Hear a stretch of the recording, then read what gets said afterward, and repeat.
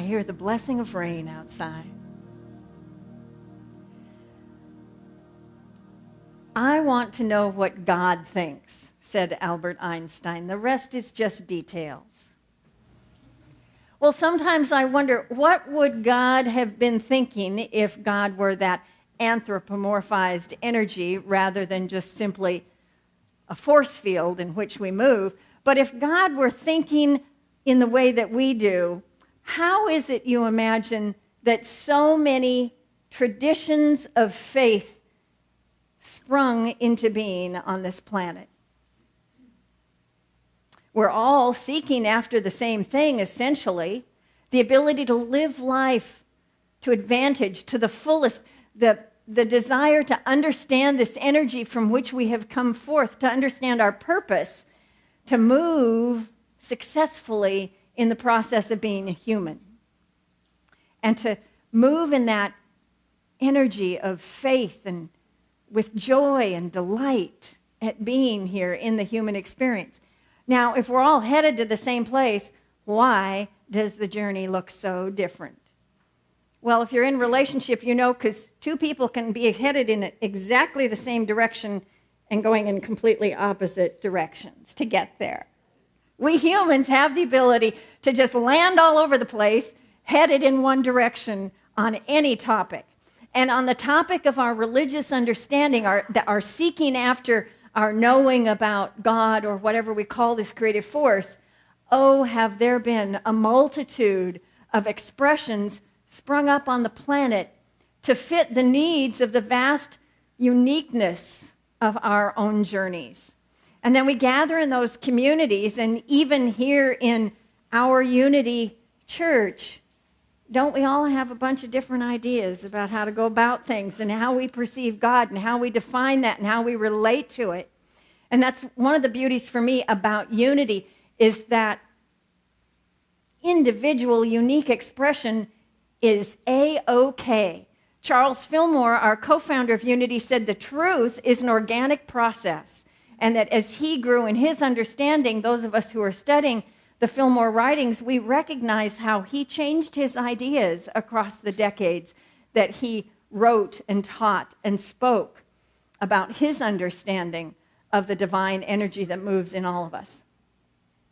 So I thought it might be an interesting little tour this morning if we tiptoed through some of the basic threads that yet still weave us all together for whatever our differences as humans, that stuff we notice on the outside that makes us different, as well as this deep piece of us on the inside, the differences of how it is we're making this journey toward our deepening understanding of the creative force within us and that surrounds us. How interesting it is that there are still common threads that weave all of the world traditions together. And as we seek to come to understanding with a friend, a partner in relationship, within a community, within our state where there are a vast difference of views in the political arena or in our globe, where we humans seem to be in struggle of being in relationship peacefully, I wanted to just remind us of how much commonality binds us together. But now, don't mistake the commonality for the simplistic idea that all faiths are the same, because as sure as my thinking is different from yours on any old topic, in the expression of the common threads in the world faiths, there are so many differences in how we believe we ought to go about anything. We're going to weave a tapestry of what's going on in the world faiths. And we'll begin with one that's common to almost all of our knowing as children. In my Presbyterian church, one of the great teachings in Sunday school that we focused on was this understanding of the golden rule. If I desire it, can I also desire it for you? It's a central teaching in our Unity preschool, not in churchified language, if you will, but how to be in a relationship with respect and regard for one another, even as we know children want what they want when they want it right now, but can they come together with mutual regard for one another? A central teaching in that preschool. It's always fun to watch the outplay of that on Thursday mornings in Keiki Chapel. Now, usually the staff is the group that gets to enjoy that, but I want to invite you to come Thursday morning, 9 o'clock, right here. 95 little kids here in the front of the church. We adults up here on the platform leading them in songs like the Itsy Bitsy Spider, thank you, the alphabet song, and This Little Light of Mine. So maybe you'll have more fun watching the adults play with the children, and then one of us tells a story with a teaching that the children can access. Just a good solid children's book that gives them a lesson to send them off to the day. And then a couple of us, 3 or 4 of us maybe, sit over here at the door and they all file out one by one, and we get greetings and hugs and smooches and high fives and from all these little kids. So if you want a Thursday morning treat, 9 o'clock, be here in the back of the chapel as the spectating section. But this central teaching of the Golden Rule has threads through many of the world faiths. Some we know. From Matthew in our Christian scriptures, in everything, do to others as you would have them do to you, for this is the law and the prophets. Now, when Jesus interpreted the law, meaning the principles that upheld life, that the law that was life-affirming, not the rigid law and the set of rules, but the understanding of the presence of God within, opening up the ability to live well. As well as the prophets, he was referring to the ancient teachings. So from ancient times, this has been a principle. Do to others as you would have done to you. Extend to others the same regard that you would like to be met with. And from the Talmud, the Hebrew tradition, Judaism, what is hurtful to yourself, do not to your fellow man. That is the whole Torah. The rest is commentary. Go and learn. I think maybe Einstein stole his quote from somewhere. The whole of the Torah, this one piece of wisdom, is the foundation on which we could learn and study and build successful communities, build successful relationships, build a successful life from here to the end of time. If we focused on this idea alone, we would change life on this planet. And other faiths know it besides our Western faiths. From the Islam tradition, do unto all men as you would wish to have done unto you.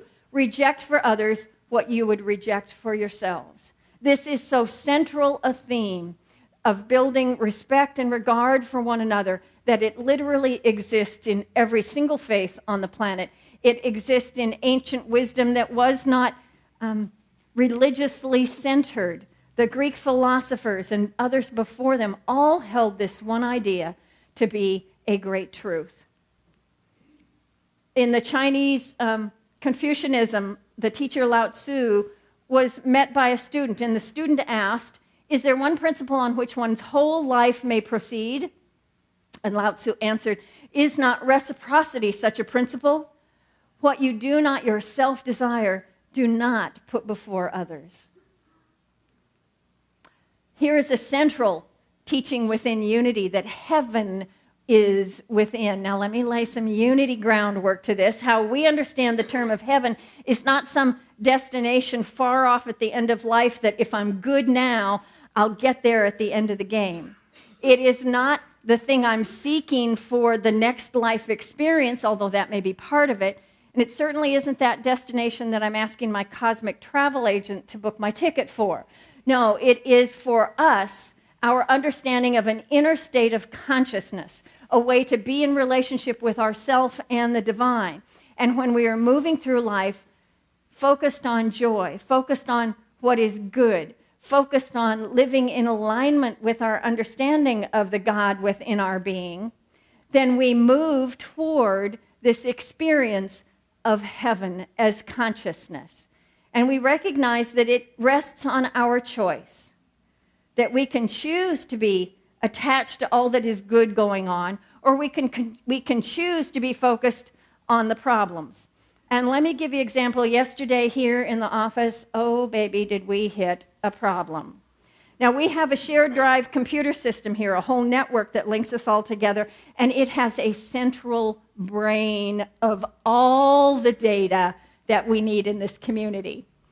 That central shared drive, we call it Popoki.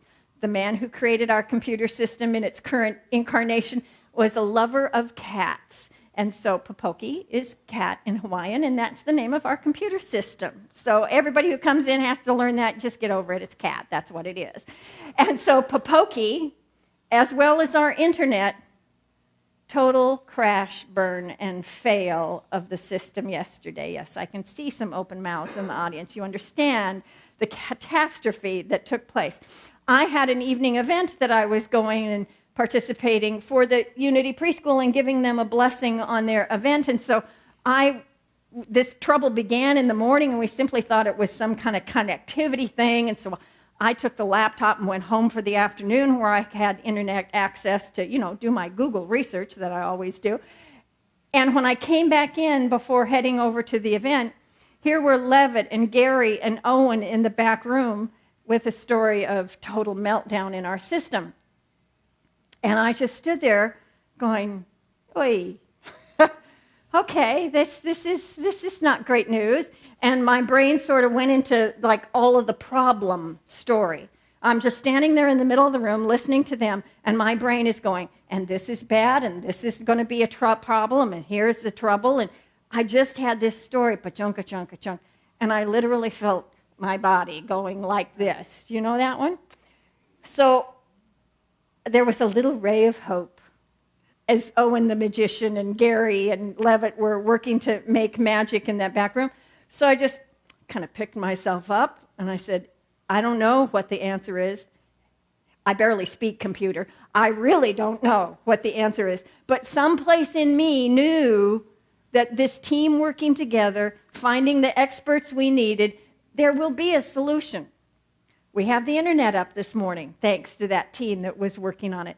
Popoki does seem to be dead, but we're all going to go pray over our server later, so if you want to come join us, we'd appreciate your energy in that, just because that's what we do. We invite divine order to move in the community in all ways, and that's how we express outwardly the experience of heaven within. And we are not the only ones in Unity to know this great truth, that the experience is of our choosing, and when we focus on the positive, more positive shows up. What the undeveloped man seeks is outside. What the advanced man seeks is within himself, from the Confucianism faith. All this outside stuff that goes on in all of our lives. Oh, it's juicy, and it's lots of fun, and we love to dance in it, and sometimes we can really spin in it, but it is not the valuable piece of life. It just simply is the playground in which we are choosing to have the experience of heaven, delight and joy and possibility, or we are choosing the experience of hell, trouble, problems, and more of the same. So sometimes I spin in that little story of what's not working, but I try to focus as quickly as possible on, even if I don't know what it is, there is an answer, and a sense of calm returns. Because I might still be dealing with the catastrophe of having lost our server, but yet I can then approach it from the space of heaven within, bringing peace and harmony, at least to me, in the situation as I deal with the problem. In Shintoism, do not search in distant skies for God. In man's own heart is he found. In my interfaith work here on the island, there's a couple of Shinto priests who come and participate often in our ceremonies and our rituals and our prayer gatherings. And they have this lovely tradition to catch your attention and move you from that place of there is a problem here, disconnect from that, and move to the source. Move back to your knowing that there will be a solution. So in their rituals, they want to chase that energy, that negativity out of the way. And so they clap. And I always have this response to it, like, wake up, Let go of that so I can move and be open for the joy, the light, the problem-solving knowledge within me so that I can return to heaven. In Buddhism, the Lotus Sutra, if you think the law is outside yourself, you are embracing not the mystic law, but some inferior teaching.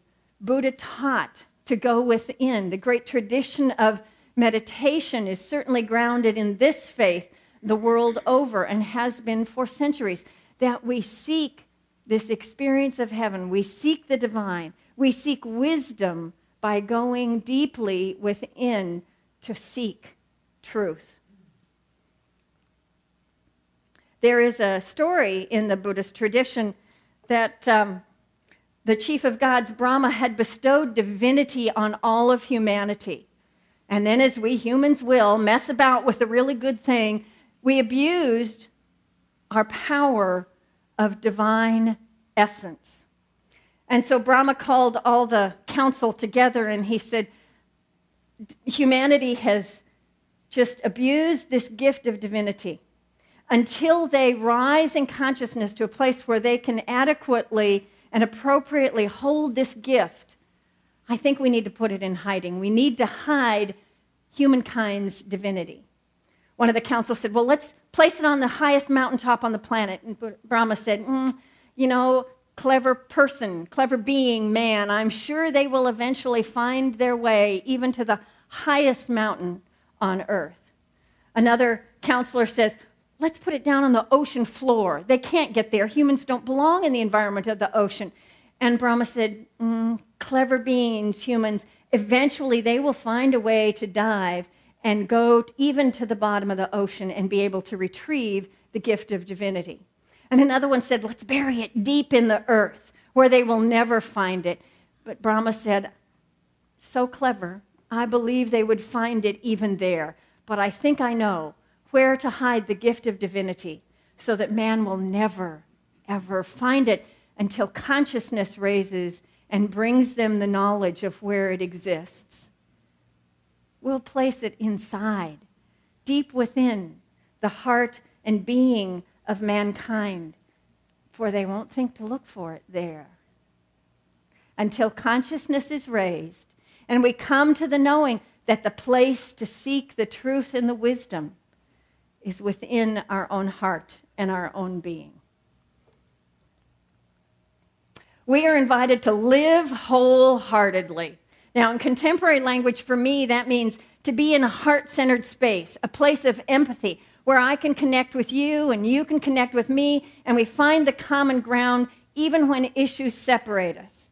And so if I'm in a struggle with another individual, I just literally breathe into my heart and imagine that every breath I'm taking is passing in through my heart and every exhalation is leaving through the filter of my heart.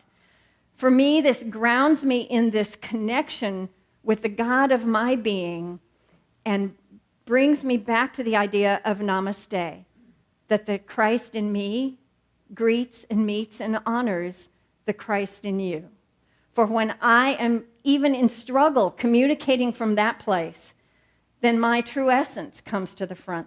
My greater wisdom becomes the voice with which I speak. My compassion and my empathy become the tools of my interaction. And how this is expressed in some of our various faiths is wherever you go, employ all your heart. We cannot be of two minds.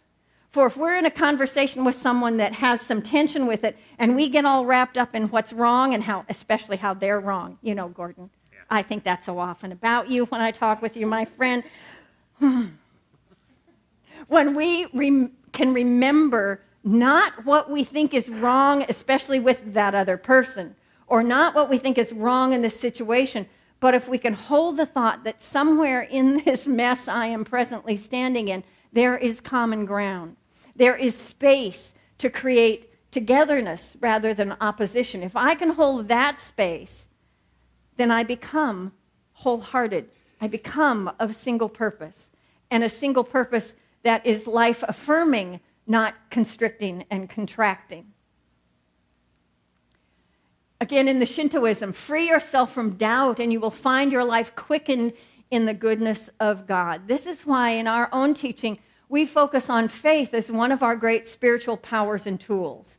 That when we center ourselves by choice and we bring ourselves back by choice to this spot of standing in the midst of the truth of God within me, the truth as best I know it in this moment, then we can open space for positive movement. We can shift the energy of a relationship. Who knows, maybe we'll heal a computer server. I am willing to try. But when you free yourself from doubt, you find your life quickened. You find your life filled, enhanced with the goodness of God.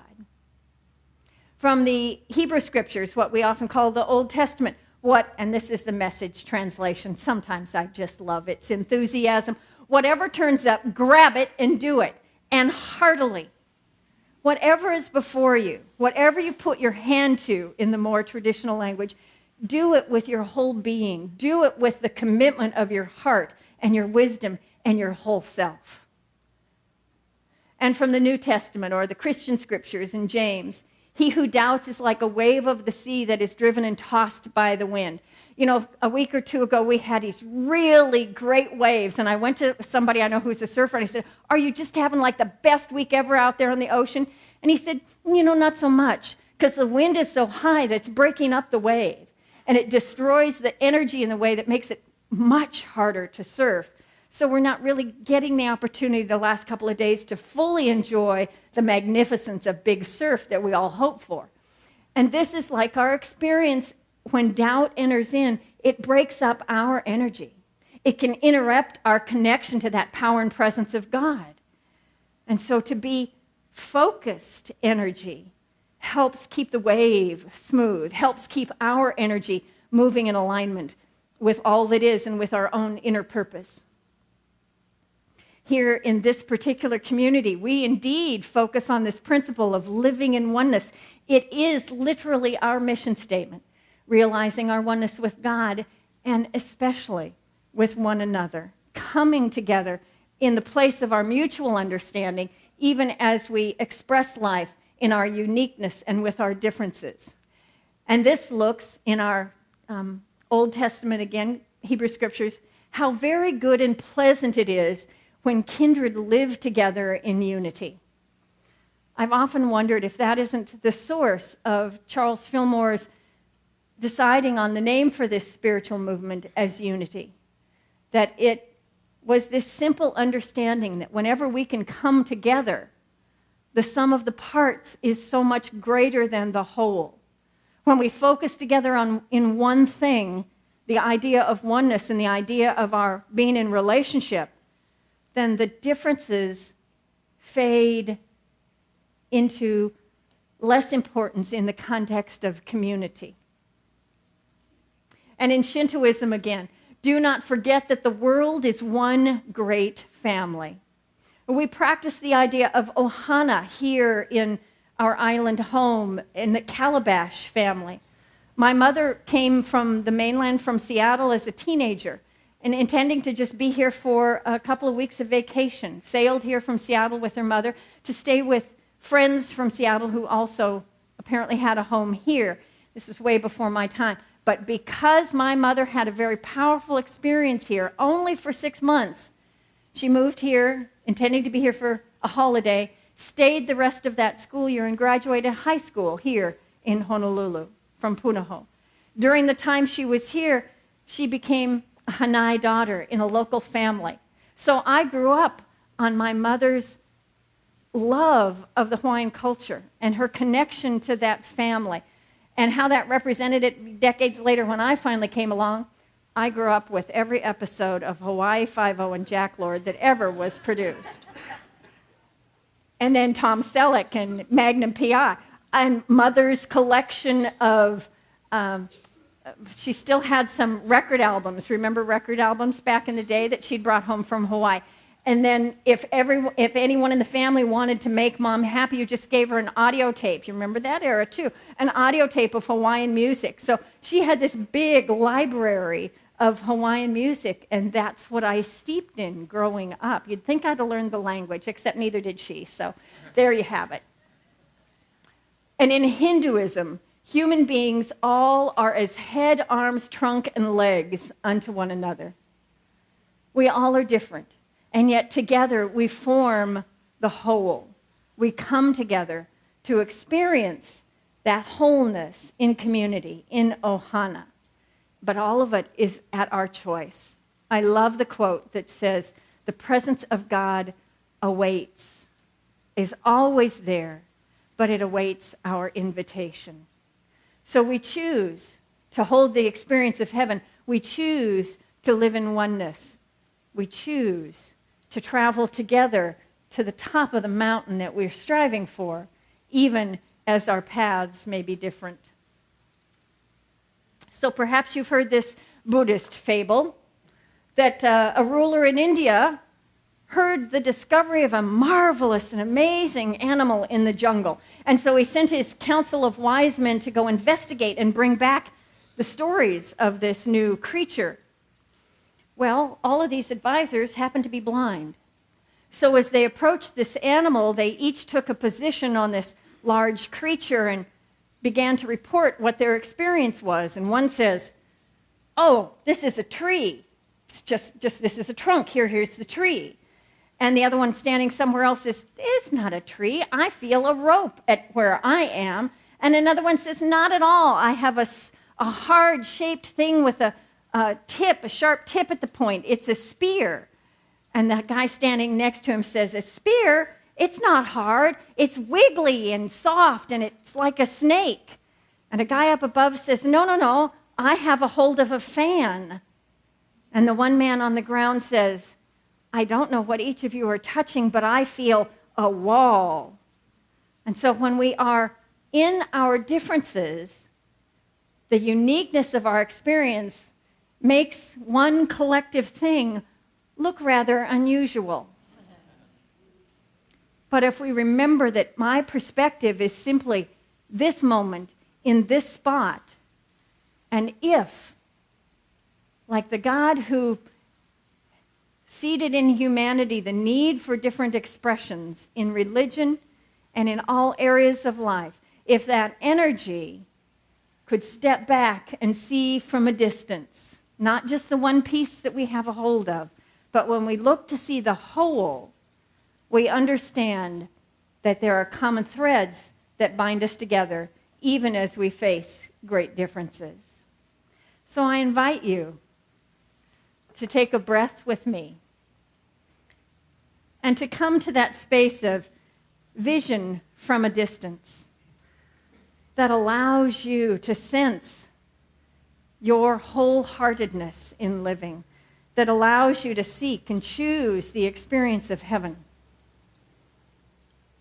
Breathe into that space of the choice of living in oneness with regard for our unique qualities, and yet choosing to focus on those common threads. So in this space of consideration of the whole, we come to God in the silence.